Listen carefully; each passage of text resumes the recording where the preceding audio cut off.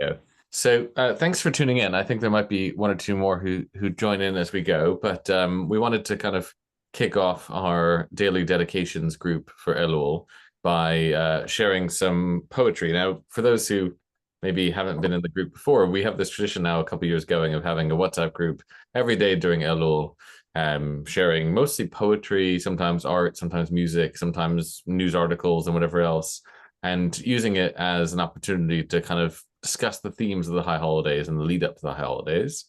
It seemed especially appropriate this year for a variety of reasons to do that by starting with Peter and with Yonah, who are the two creators of a wonderful book, and I am biased, I have to admit, called Ohelibah, which has come out this past, was it May? Must have been May. Um, and they've been very busy. Both are in Israel, and they've been very busy speaking about the book in Israel and sharing excerpts from it. There's been some really cool events happening recently, and they've taken a bit of their time as well to share with us a bit about the book. So I think I'll just say a few words of introduction and then hand it over to the two of them to share some more and to read some poetry and to talk a little bit about the art that illuminates it. Um, the background is that one of my many kippot is that in addition to being Sam's rabbi, I also run a Jewish publishing business called Izun Books, and it's just me really and a laptop. But the idea is to try and help bring forth into the world unusual Jewish books that otherwise don't get much attention. Most of what we do is either liturgical, so Sidurim or Birkons ventures, or poetry or text in translation that otherwise wouldn't be accessible. So Ohelibah was not our first book of poetry, but I think it's probably the most significant and sophisticated. And I'm really pleased to have worked on it. And it's also, currently it's award season in the book world. So fingers crossed we have a chance at a Jewish Book Award in the States and other poetry prizes. And I think it's fabulous. I remember it must have been years ago when Yonah and Peter got in touch and said, "Oh, we have this project." I was really excited to help bring it to life, and I'm really pleased with how we have. We have a few copies floating on the shul, which you guys may have seen, if you're ever looking for something to do on Shabbat other than listen to the rabbi's sermon. But it really is worth digging into, and I think it does something which is very rare, which is that it brings a poetic lens to Jewish life without making it devotional religious poetry. It's not poetry necessarily for use in synagogue, but it's also very much Jewish poetry and Jewish art. And I guess that's kind of the question that I'd rather start with is what is Jewish poetry and Jewish art? What makes it a particularly Jewish endeavor other than the fact that Jews are doing it? And I'm going to spotlight Peter, you and Yonah so that everyone can see you nice and big and invite you to share a little bit. You guys can choose who wants to go first about the project, how it came to be, and perhaps share a little bit about the poetry and the art with us. So I guess, Yonah, if you want to get started talking about how the project came into being, and I can share some thoughts about what makes art Jewish, what is Jewish art. Certainly. First, I just want to say thank you. Lovely introduction. Thank you so much, Ralph. So how the project effectively came into being, I've been writing poetry for I think about 10 years at this point. I've been publishing in a magazine online, and it got to a point where I had sort of been able to isolate a sort of cycle having to do with Jerusalem. And I wanted to do something with that. And I had walked into how I became familiar with Moshe's art was I walked into a bar, and there was this beautiful collage behind the bar on the wall, and I was just entranced by it. And I asked, the bartender, like, who did this piece, and he told me, and then, just that information sort of left. But then we ran into each other, and Moshe had been reading my poetry for a while, and I was familiar with his art, and we just sort of made the connection. We were like, oh, like, you're that guy, I'm this guy. Hello, we should do something with this. And it set off a creative partnership, which has been incredibly fruitful, I think. And yeah, more or less, It's a small world in Jerusalem, you know.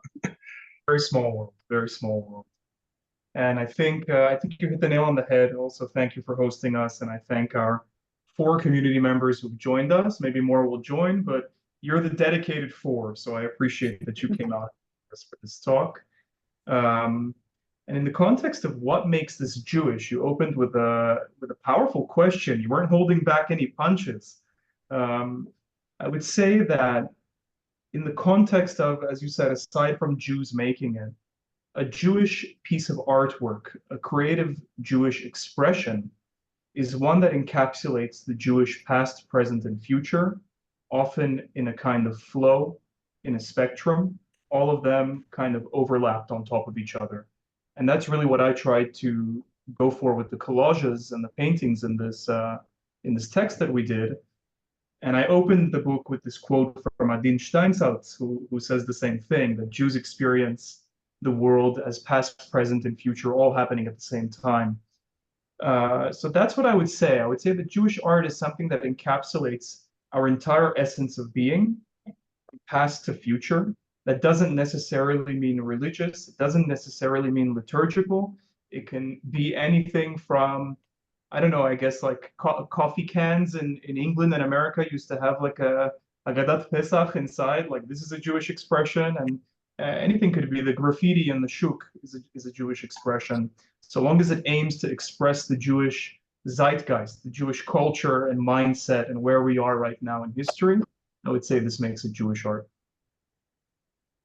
And I really like the point about the temporal nature, because when we were writing the dedications for the book, when Moshe was writing the introduction and myself the author's note at the end, we didn't really confer on it what the message was going to be, and then we both produced these 2 pieces and looked at it, and it was relatively the same theme. It had to do with time. It had to do with sort of the longue durée of Jewish and human memory and tradition and living. And it's interesting to apply that specifically to Jerusalem, which is both timeless, but at the same time deeply historical and deeply spatially located.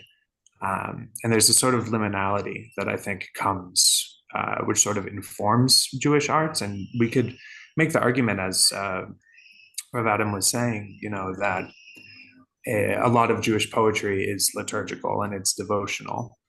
And from a perspective of, just sort of like a history of religions and religious expression, there is a sort of flux that comes in with devotional activity.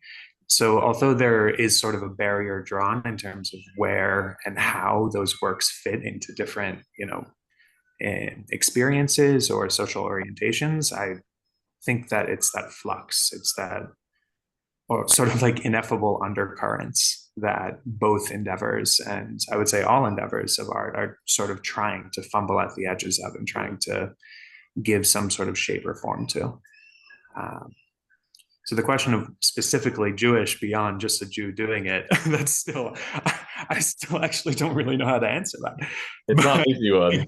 Do you, I wonder if you guys have models of people, artists, poets who you feel like have exemplified this sort of thing before? Are there people that you feel like you're working in the tradition of, or is this something new and old?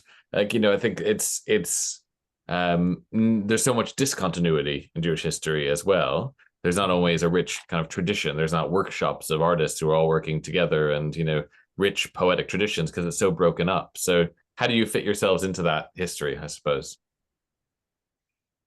Moshe, do you want to? Yeah, I just want to say, by the way, before we get deep into this, and I feel like it's a good segue, do your community members want to like hear a few sentences about who we even are in the first place? Or just Yeah, that's a great idea. Why don't you say who you are? 2 crazy people babbling at you. You should probably know who we are in the first place. So you start. Tell us about yourself, how you came to be doing this, and who you are. Sure.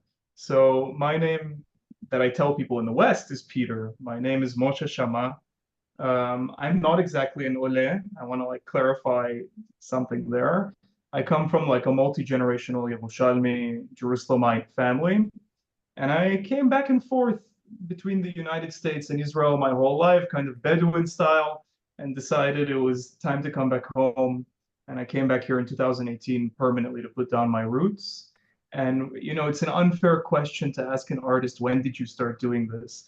Very few artists can tell you a date, a moment. I've always been doing this. It's a question of when I started professionally doing it, and it was the minute I got here. And for myself, I am an Ole. I'm also a Ger, and I've been in Jerusalem since 2016. And I was in the military for a few years, but I was writing the entire time. And right now I'm a student. I'm work in education a bit and some more like local politics and different polities, but I'm primarily a student of anthropology and the history of religions. And a lot of that actually informs my work, which, just also to cycle back to the Jewish question, is like the Jewish question. There's a lot of influences from other cultures in the work itself as well. Like specifically for me, from the Mesoamerican poetic tradition, which I find a lot of resonance in. I almost want to call it in like a perennialist sense, but that's a little bit dicey. But for the most part, I just sort of write what I see. And I've been seeing a lot of things in the past couple of years since I've been here and since I've been a Jew also. So, Do you want to read us a bit, Yonah? And then maybe I've got some images up from the book we can also have a look at. And perhaps Moshe, you can say a bit more about those as well. Happy to. So I can share my screen because I have the lovely presentation that you sent. So let's see. Okay. Are we seeing it? I can see it. Can others? Yes. Yeah. Yeah. Yeah. Okay, I just need to move the toolbars a little bit. Okay, so the book itself is called, Ohelibah. It's sort of a umbrella name of the collection, but within it are two cycles. One called Quiet on the Mountain, which is specifically more focused on Jerusalem, and then the second is called Memory, which is about intimacy and relationship broadly. And so this is the first poem of the book.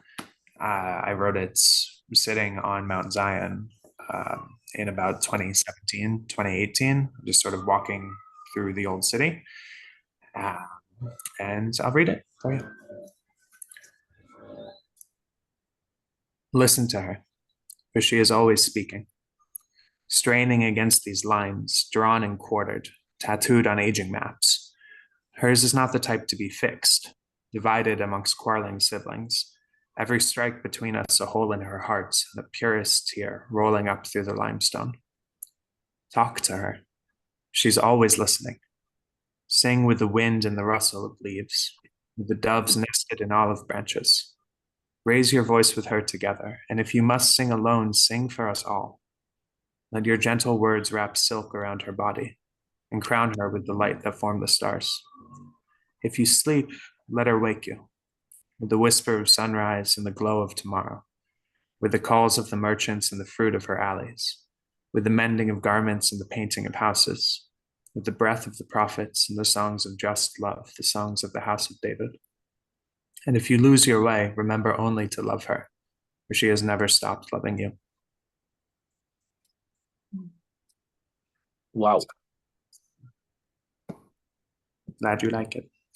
Moshe, can you tell us a bit about the piece and how the plates came to be, maybe, and particularly this one, how it illustrates the poem? Yeah, absolutely. Something that I visualized when I read the poems, and just to give everybody here a context of how I made these pieces. It took 2 years to do all the works in this book. We also have all the original artworks. We just did an exhibition in Tel Aviv last week.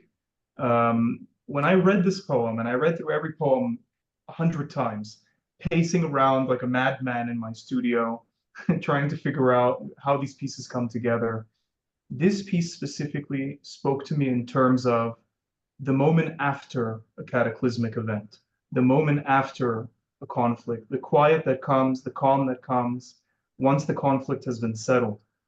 And it's why I wanted to garner images, gather images, which represent the beginning of Jerusalem, the threshing floor, a field where we started, and our soldiers in 1967, which are in the foreground, entering the city and taking it back.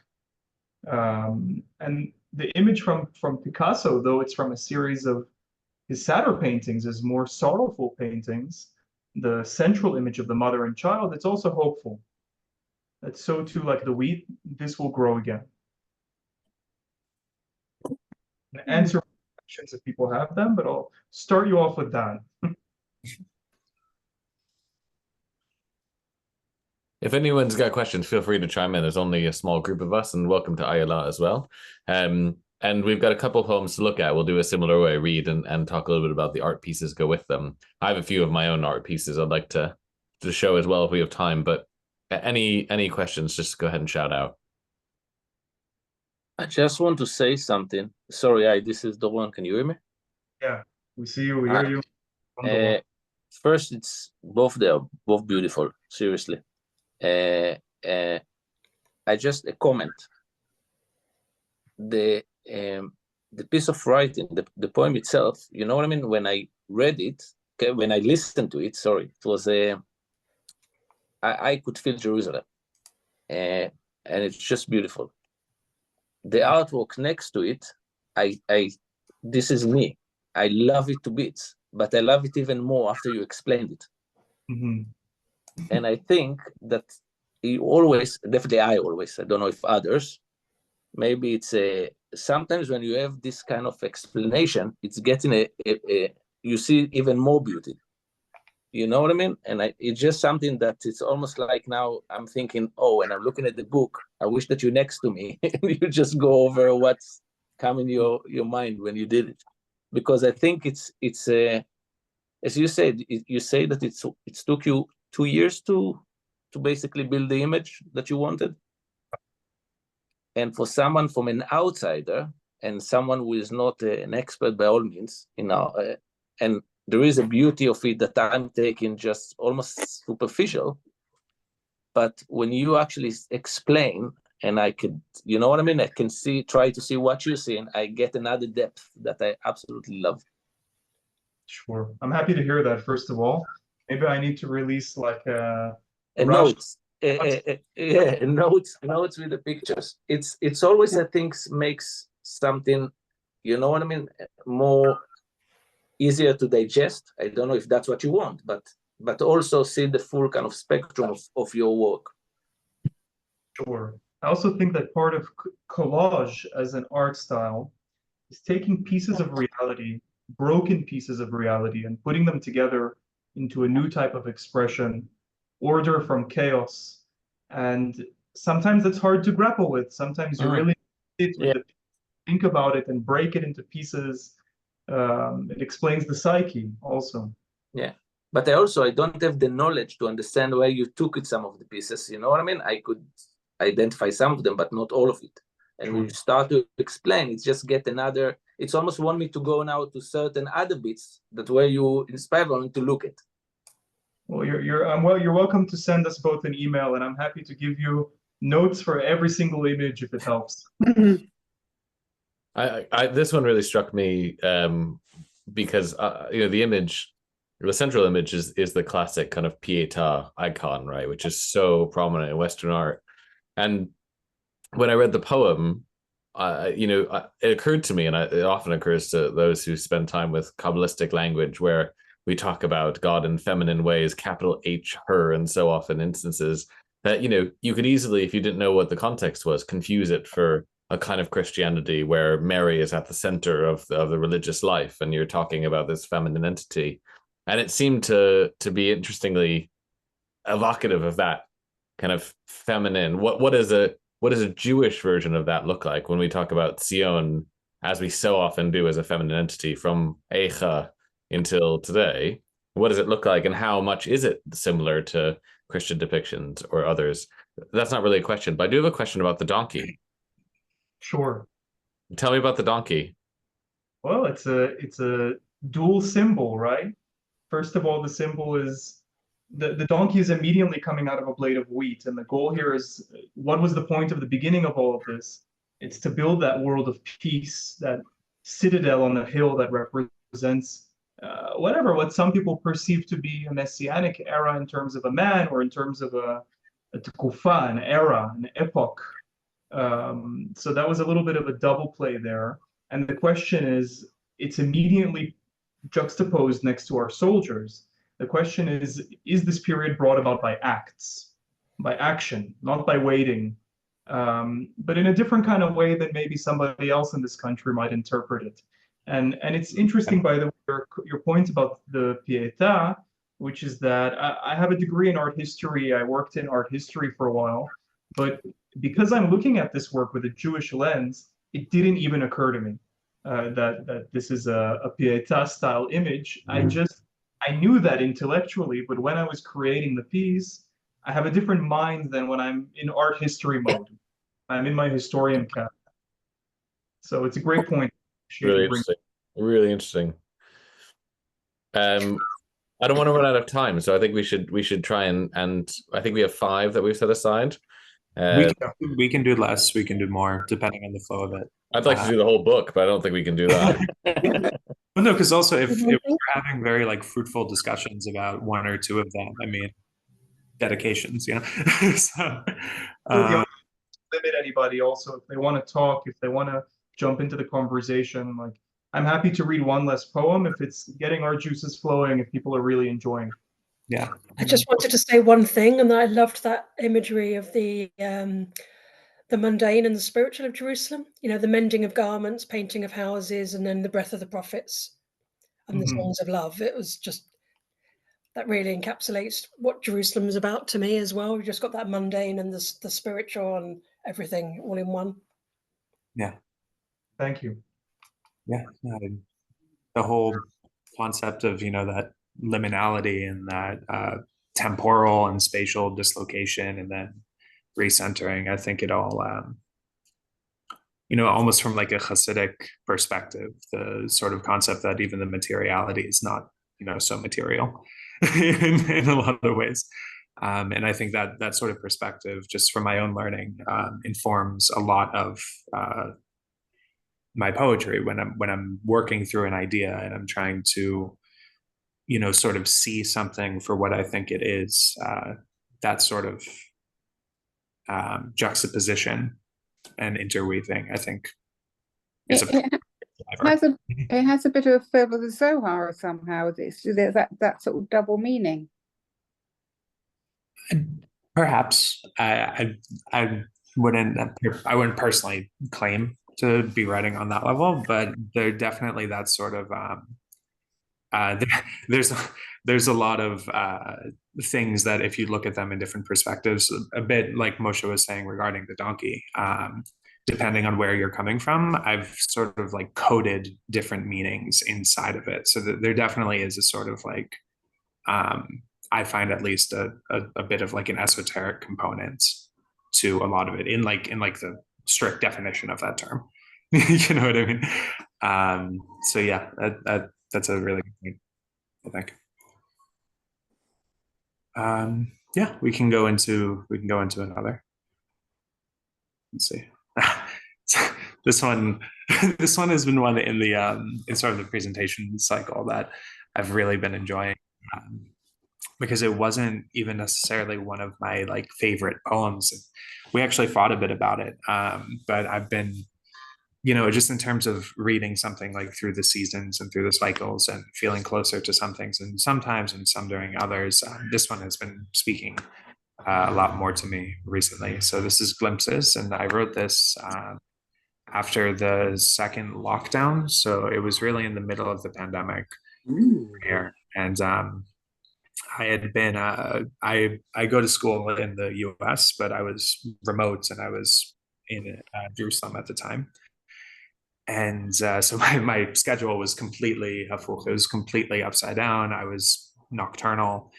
And one morning I happened to be awake and I wanted to go get a bagel or something. And I was sitting on this little promenade at maybe 10 in the morning, and it was winter and gray.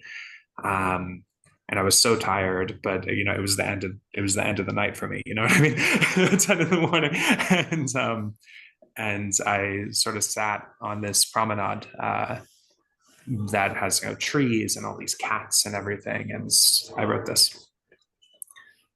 So, to the woman collecting bottles, who feeds the cats every third day on her walk to work. To the couples whispering on the stone steps, their words obscured by the din of construction, transformed into a love songs, pure and simple. To an old friend, eyes smiling behind a mask, stopping to share a few words and well wishes. To the hum of traffic, the jovial blaring of horns and cigarettes dangling out of car windows. To the birds and their song, easing us into the day or lulling us to sleep. To the cool wind, no longer bone chilling, but gently prodding for your attention. And to the warm Jerusalem sun, sculpting spring out of February. Thank you for being here, for teaching me how to fight loneliness. That's that. I'm just going to close my window real quick because there's either a cat or a child screaming outside. So. That's the most Jerusalem thing it could be. Either a cat or a child. It's a game that we play sometimes. Is it like a child or an animal?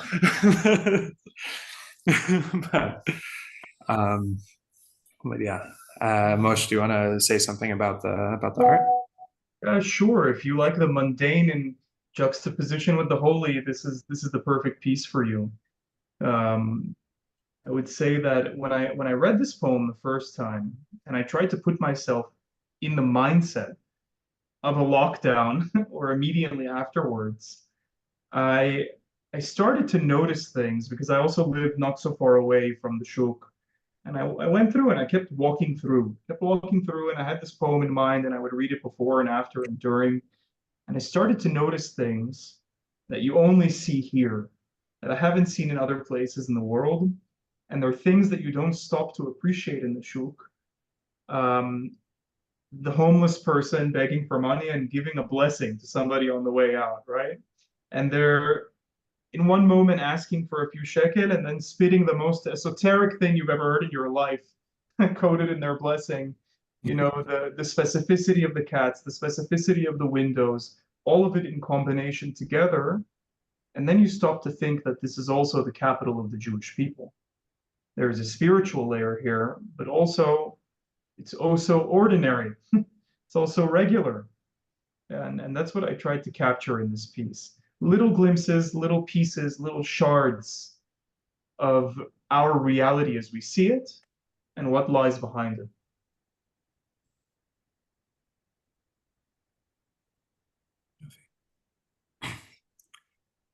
Beautiful. So does anyone have questions, comments, concerns, or should we just keep on keeping on? Okay. Do the next one. So this one, 2 pages, right? Oh, we're missing actually. Oh, that's not bad. We're missing part of it. Yeah, it's clip.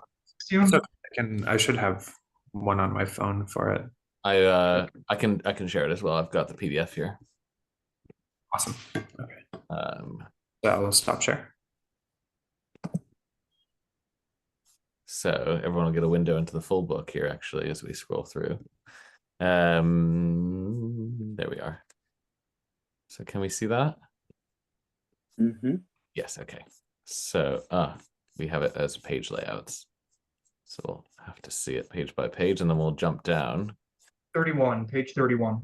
Thank you. And then we'll jump down to the piece in a moment. So this one was written on the 9th of Av, actually. There's an overlook over the Kotel, like sort of above the Chabad Kolel and kitchen and such. And, thousands of people, tens of thousands maybe, are all, at the Kotel on the night of Tisha B'Av, and just sort of looking out over it after having read Eicha and reflecting and moving through that space in that time.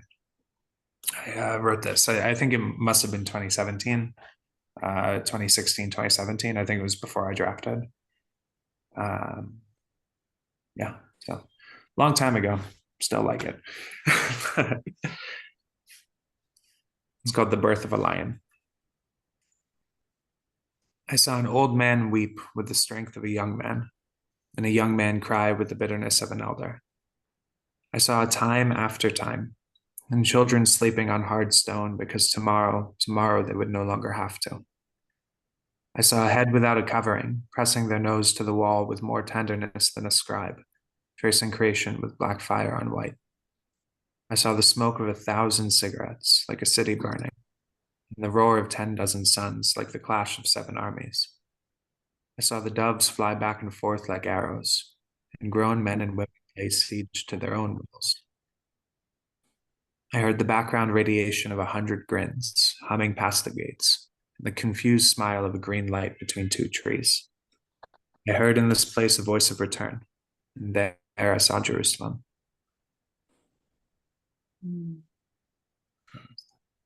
Before we look at the art piece, Yonah, do you want to say a little bit about some of the imagery here? Because I feel like there's a lot of references that maybe aren't obvious in biblical imagery, biblical themes. Sure, yeah. Could you scroll up to the top?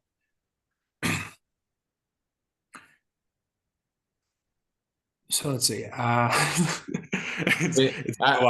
Maybe it's just the way I have the hazard of reading everything in mid-Rushic way. No, there's definitely a lot, especially at that point in my life. I was very much deep, like learning a lot of Torah, and it was weaving its way through. So the second stanza, the time after time, was a reference, I think, to the Messianic era, to the age of Mashiach.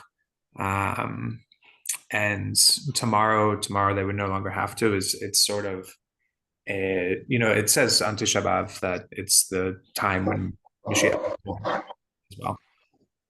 So there's a lot of sort of I'm gonna use the term again just because I like it. There's like a sort of like liminal phase that's going on where it's both a incredibly painful event, but it's also bringing a certain beauty and bringing a certain hope and a rekindling, a birth. It's a birth event, more or less, with the pain and with the struggles of everything leading up to that. And also no longer have to is sort of that when it says that Tisha B'Av is meant to become one of the greatest chagim, in the Yom Mashiach. So there's this sort of that like cancellation effect that happens, and that sort of flipping. Head without a covering. I mean, it's a national event, so it's even in terms of people who are not necessarily dati or masorti. I mean, everybody's there. It's for the nation. The second temple was destroyed because of sinat chinam. Like it wasn't necessarily an issue of Shabbat or tefillin or these things, you know what I mean? Like it's about knitting. And so that sort of tracing creation with black fire and white is the act of the scribe from a Kabbalistic or esoteric perspective, with the lettering of the Torah being black fire on white. But then there's a second way of looking where it's actually white fire on black. And so there's this sort of other act of reversal that's going on, with like the quote unquote Chiloni person actually becoming, a more tender and loving partner in creation in that moment.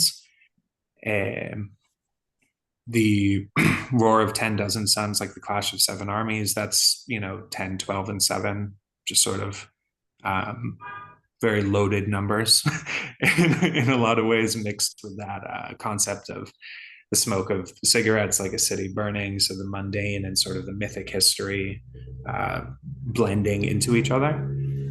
And the doves fly back and forth like arrows. So that's, war and peace. But there's also, there's a story, there's a great book. I think it's called Legends of Israel. And it was from I forget his name. His last name was Kahana, but it wasn't the Kahana that most people think of.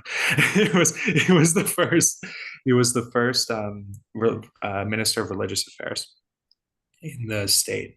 And when I had first made Aliyah, I was just going to all these used bookstores, and I found this translation of this book, and it was effectively him doing a folklore collection of people from the diaspora who are like coming in on Liam, but also just old stories of people who never left, and sort of combining them and telling them in these beautiful narrative structures. And so he's the one who ran the shul on Har Zion, and who built like the Vault of Catastrophe and all these places.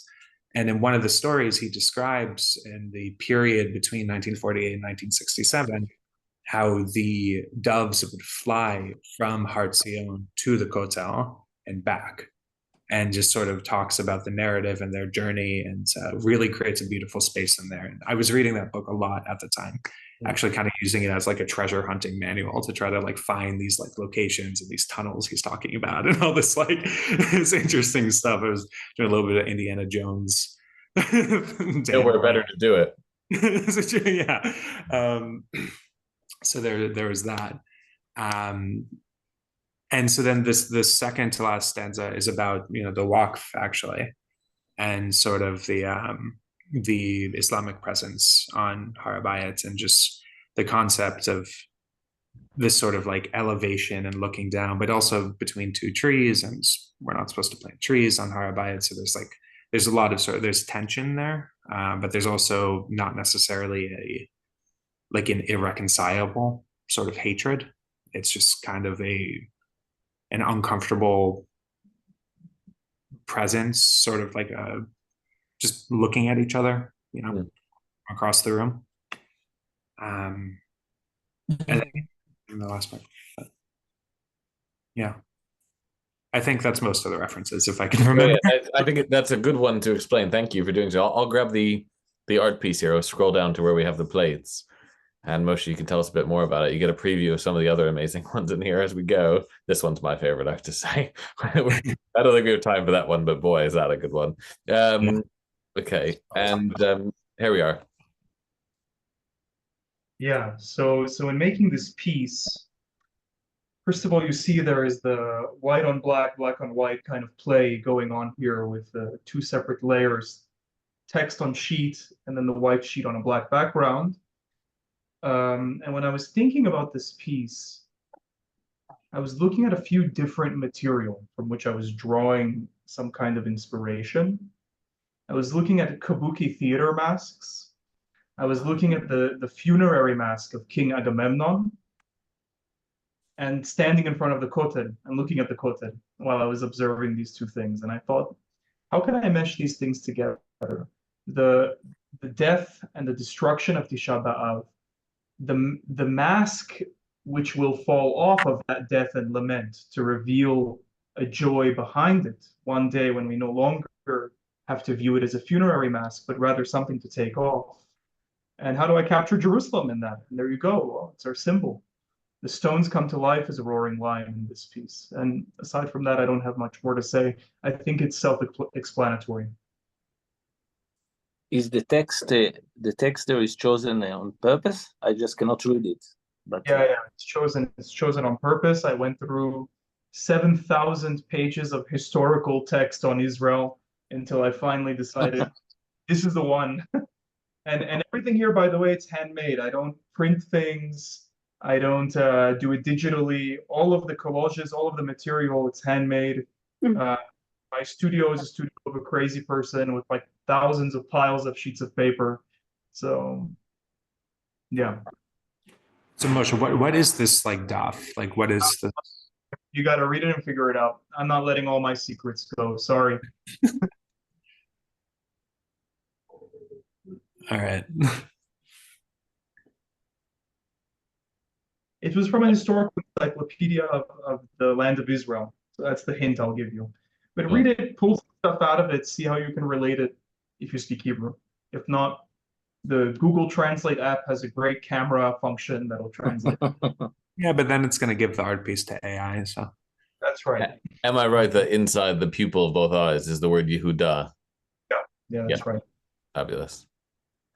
And the tongue of the lion sticking out is a mezuzah. I didn't see that actually. It's upside down. Yeah. That's really interesting. Spitting the holy flame from its tongue. Well, there's also the concept of, the circumcision of the tongue, which is interesting there. What is the tip?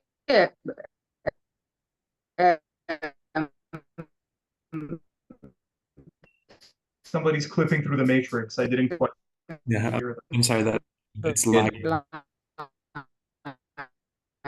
Oh, Janice, your connection's not very good, I'm afraid. But it sounded like it was a question about the tier, I think. It was a question about the tier. I think so, from what I could hear. I think the internet is failing. Can you hear me?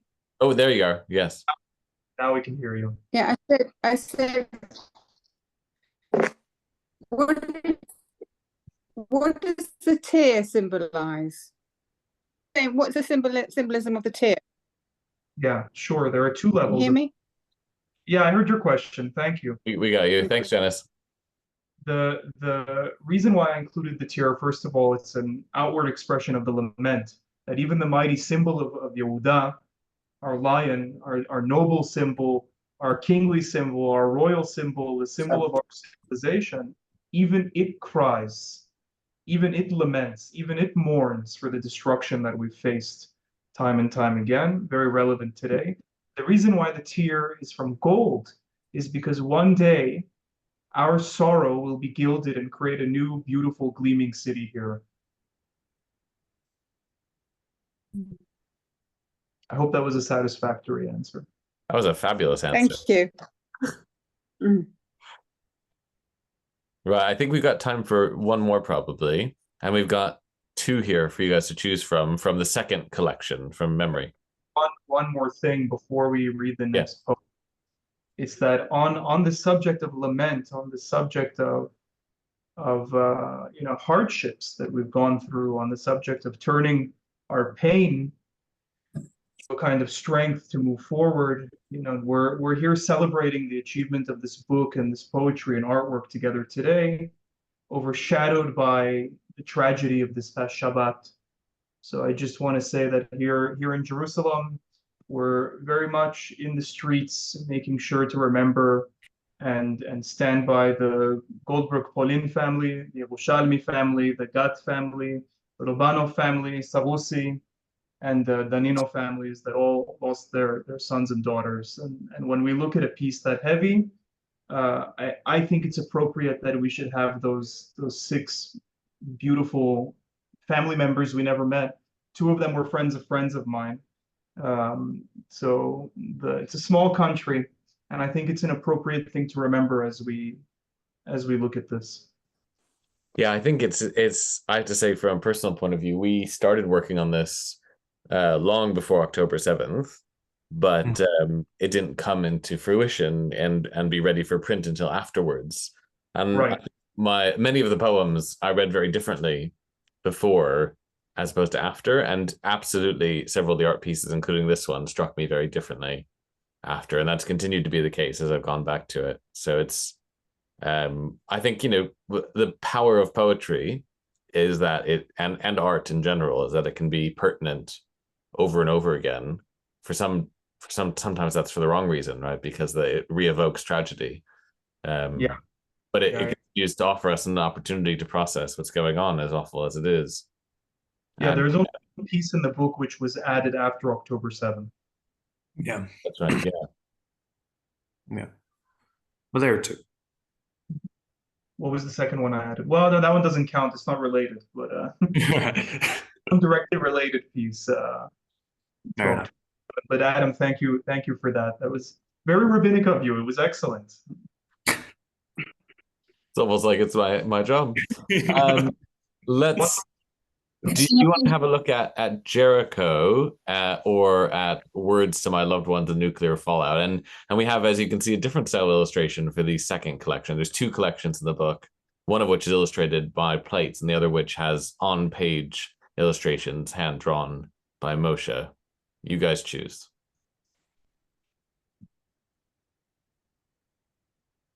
So one is more Maybe up. it explodes or after.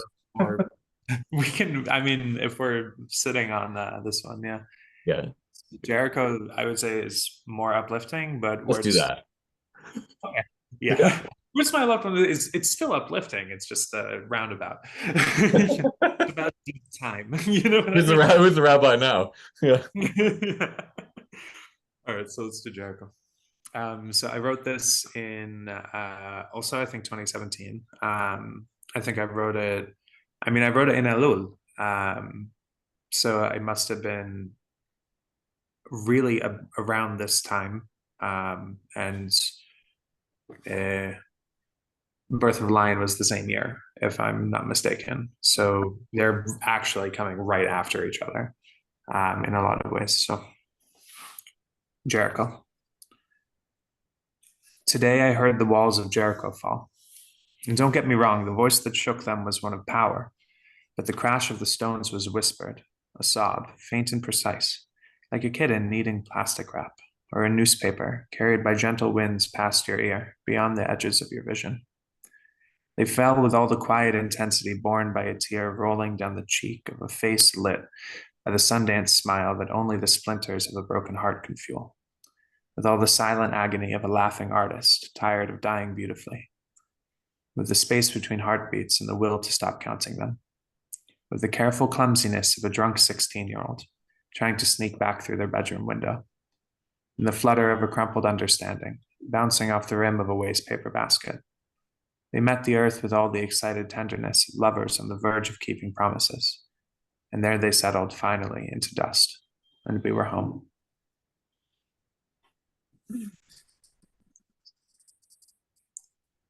That's that one. It's a good one. I like this one a lot better now that it's published in the book. It was one that was iffy about. Yeah, we thought about this one a bit. Yeah. Adding glimpses, and it's funny because it kind of flipped on us. but yeah, this one I remember I was walking through the shuk. I was just walking through the market. I think it was Erev Rosh Hashanah actually, and it just sort of I was listening to a shiur about brokenness and that there's nothing more whole than a broken heart, that sort of idea. And very just Elul type things.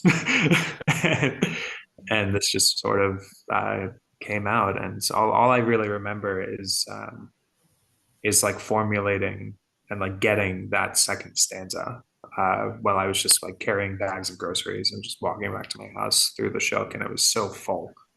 And it was the sun was so strong, and so that's what I sort of remember from it, was that sort of tumult and the trumpets of like just the human traffic of the shuk itself, and like the vibrancy and everything. And also the same way, just the concept of walls, the concept of tshuva, and of sort of dropping the barriers around yourself, to go into the field as well, where the king is. So yeah, I think that's what that's about. Yeah. Moshe, do you want to say a little bit about this illustration and how the second group of illustrations maybe would differed in their construction? Sure. So I think the piece itself is kind of self-explanatory in terms of the biblical events of what happens to the city of Jericho. But what I would say is this: something that stimulated me about this poem, that made me think about that story in a totally different way, were people engaging in a completely normal day before the city walls came crashing down? Were they shouting in the market? Were they walking down the street and saw cracks forming in the ground and thought, our mayor is a real bastard, he hasn't used our taxes to fix the roads, and suddenly everything comes falling down? There's questions like this that popped in my head, that we forget that the story implies that there were thousands of normal, regular people in the city, with all of the nuances, with all of the implications there. And in terms of the reason why Yonah and I decided to go with flourishes, ink-based flourishes for the second part of the book, is because we felt it was intimating an essentially different kind of relationship to the city of Jerusalem and to the land of Israel, where there are two very different types of letters, one more loving and one more firm. So we wanted a contrast in medium. It's really interesting, and I think it's I only noticed now and looking at it more closely. I don't know if it's meant to be, but it almost looks like the city is in an envelope. The way that the letters are formed and a message sent. You see what I mean? The idea of when I read this, the thing that stuck out to me was this is in some way kind of the Jewish take on T.S. Eliot's famous not a bang but a whimper. It's like the walls of Jericho didn't fall the way you think they did, and actually it does what all of these have done so well, which I think both of you have managed to achieve, which is to combine the mundane and the mythological in a really meaningful way. Personally, I think that's the strongest element of the book is the way in which those blend. It's the thing that I find so powerful about the poetry of someone like Yehuda Amichai, who blends the mundane and the mythological, the historical together. And I think you've done it brilliantly in this work as well. And it's very much in that tradition, in my mind, of kind of Israeli open and sensitive and thoughtful expressions of Jewishness in art and poetry. So thank you both very much for joining us. I've had the pleasure to work on this book for a while, but actually we haven't had the opportunity to talk about it this much before. So I'm really pleased myself. Thank you to the folks who have joined us. I see a few more joined when I didn't notice. Hi, Gabriella and Ayala. And I know David had to leave, but hopefully for those who are either here with us or going to watch this later, it's a good way to kick off the month of Elul, our daily dedications, our opportunity to make each day of the month an opportunity to connect with spirituality through art and music and poetry and everything else. And if you are interested in finding out more about the book, you can find out more on izunbooks.com. And I can see actually, Moshe, behind you, you've got the cover, I think, framed on the wall. So love that. It's a beautiful thing to hold and a great opportunity to reflect for the holidays, especially. So thank you both very much, and thanks for joining us. Thanks for hosting us. Thank you to everybody who joined. Thank you. Adam, Thank you for the trip to Jerusalem this evening. Yes. visit my home also. I used to live there and I miss it so much. City wants you back. That's all I can say. But if you do end up coming to Israel and visiting, please, you're welcome to take our contact information from Adam. I'll be more than happy to welcome you here. I have a home studio.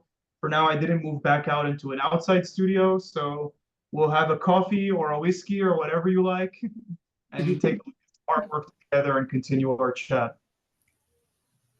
Lovely. Thank you very much. Thank you, guys. Chodesh Tov, and thanks so much. Thank you. Chodesh Tov. Thank you.